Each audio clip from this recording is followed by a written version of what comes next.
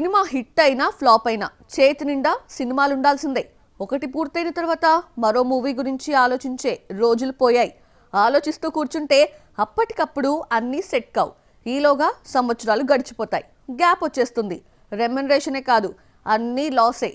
Nani lineup చూస్తుంటే ముందు జాగ్రత్త ఎక్కువే అనిపిస్తోంది. పక్కా ప్లానింగ్లో ఉన్నాడు. ఎలాగో మీరే చూడండి. ఓజీ సెట్స్ పై ఉండగానే నాని సుజిత్ మూవీని డివివి ఎంటర్టైన్మెంట్స్ ప్రకటిస్తూ వీడియోను రిలీజ్ చేసింది. ఇదంతా జరిగి ఏడాదిన్నర దాటింది. ఆ తర్వాత తీసిన హిట్ 3 రిలీజ్ అయింది. ది ప్యారడైజ్ సెట్స్ పై ఉన్న సుజిత్ మూవీ ఊసే లేకపోవడంతో అటకెక్కినట్టే అనుకున్నారు. అయితే హిట్ 3 ప్రమోషన్ లో నాని మాట్లాడుతూ ప్యారడైజ్ తర్వాత సుజిత్ సినిమా మొదలవుతుందని చెప్పినా నమ్మకం కలగలేదు.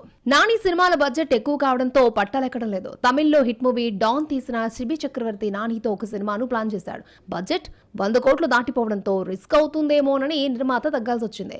నాని సుజిత్ మూవీ బడ్జెట్ ఎక్కువ అవుతోందని వర్కౌట్ కాకపోవడంతో పక్కన పెట్టేశారన్న ప్రచారమూ జరిగింది. అయితే ఓజీ రిలీజ్ తర్వాత నాని సుజిత్ సినిమా టాపిక్ మరొకసారి బయటకొచ్చింది. ది ప్యారడైజ్ పూర్తి కాగానే సుజిత్ మూవీ పట్టాలెక్కనుంది.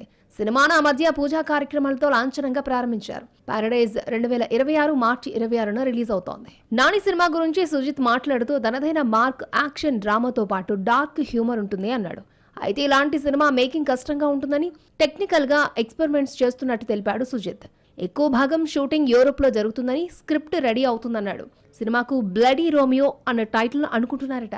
నాని సుజిత్ తో పాటు మరొక 3 దర్శకులను లైన్ లో పెట్టాడు. పవన్ కళ్యాణ్ తో 4 రోజులు షూట్ చేసి అదిరిపోయే అవుట్పుట్ ఇచ్చిన సుజిత్ నాని సినిమాని 3 నెలల్లో పూర్తి చేస్తాడు. ఆ తర్వాత మరొక మూవీ చేసేందుకు శేఖర్ కమల, హాయ్ నాన్న ఫేమ్ శౌర్య, వెంకీ అట్లూరితో కథా చర్చలు జరిపాడు నాని. కుబేర తర్వాత శేఖర్ కమల మరొక కథ రాసుకోవాలంటే మినిమం 2 ఏళ్లు పడుతుంది. వెంకీ అట్లూరి ప్రస్తుతం సూర్యతో తీస్తున్న మూవీ మేలో పూర్తవుతుంది.